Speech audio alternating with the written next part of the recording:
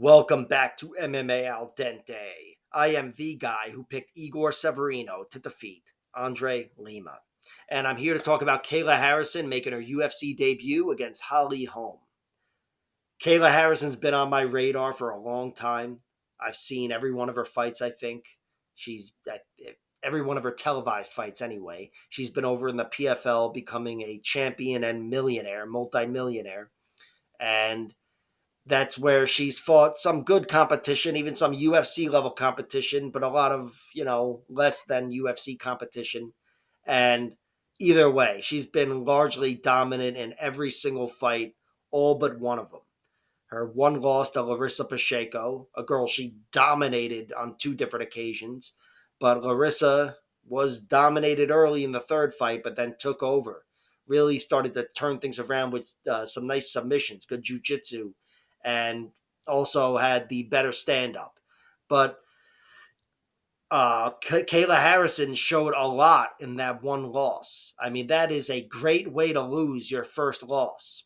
A 5-round fight, losing down the stretch, yes, but not going anywhere, especially with one of the most dangerous fighters on the planet there, Larissa Pacheco, and having her get the better of you and you not going anywhere, and it's a 5-round fight and your first loss, you've never felt anything like this.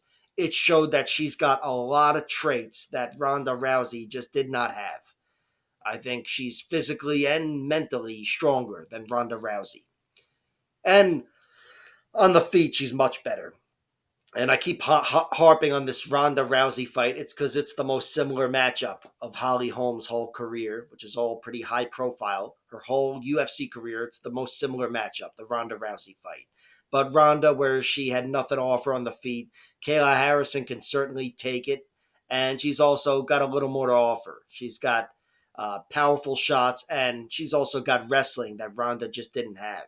Kayla Harrison is not dependent on ripping you to the mat from with her judo from the clinch. She's got some good shots that can be masked by some good striking, at least a good entry. She's got some Jailton Almeida shit going on there. So she is my pick to win this fight, but my bet's on Holly Holm. Holly Holm is a girl that's only been beaten by very good fighters, only been finished truly 3 times, although really it's twice on paper, I believe. And Holly Holm's a girl that is still, despite being 42 years old, a big, strong, physical woman, about as strong as a bantamweight can get. She's comfortable making bantamweight despite getting older. And despite her recent loss to Myra Bueno Silva, which was a no contest and whatever the fuck, she still looks like as sharp an athlete as she ever has been. She's incredibly sharp, difficult girl to wrangle. Again, really physically strong, and at range, she's an excellent kickboxer or boxer, maybe first and foremost. But in MMA, she's a kickboxer, and I think she definitely gets the better of Kayla in any sort of kickboxing bout.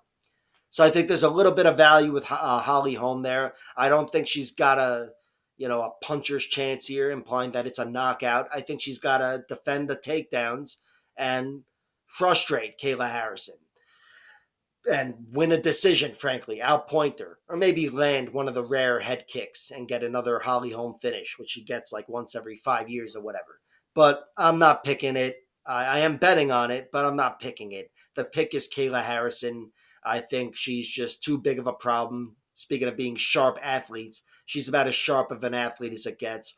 And the only doubt that really is in my head is her weight cutting. This is her cutting down to bantamweight, which it's 4 minutes into the video, and I haven't fucking gotten into it yet. But this is her cutting down to bantamweight, and this is a girl that could be fighting at fucking 165 or whatever. I know that's not a division, but she's gigantic. So I know this has been in the cards for some time. I know she's been planning on it. I heard an interview with her saying she did a test cut and all that, but now you got to cut that weight again, suck that shit out of your body, all that water out of your body, and the next day you're fighting big, strong Holly Holm.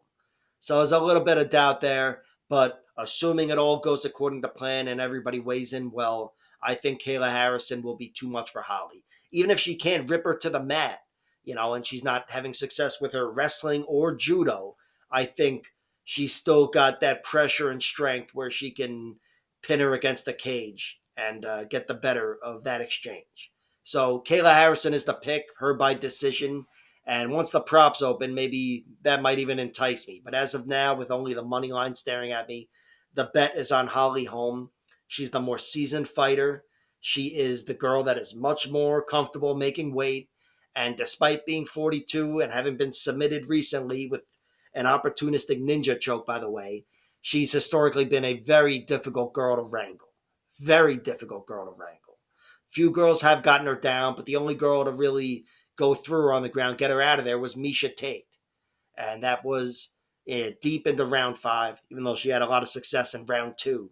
But Holly is very fucking tough. She's not just some kickboxer, those little in between. She's got excellent takedown defense in the first place, but we've also seen takedowns from her and little hints of jujitsu here and there. So Holly Holm is the bet, but again, there's too much going with Kayla Harrison. That's the pick. Like, share, subscribe, all that horse shit. Check out my other videos.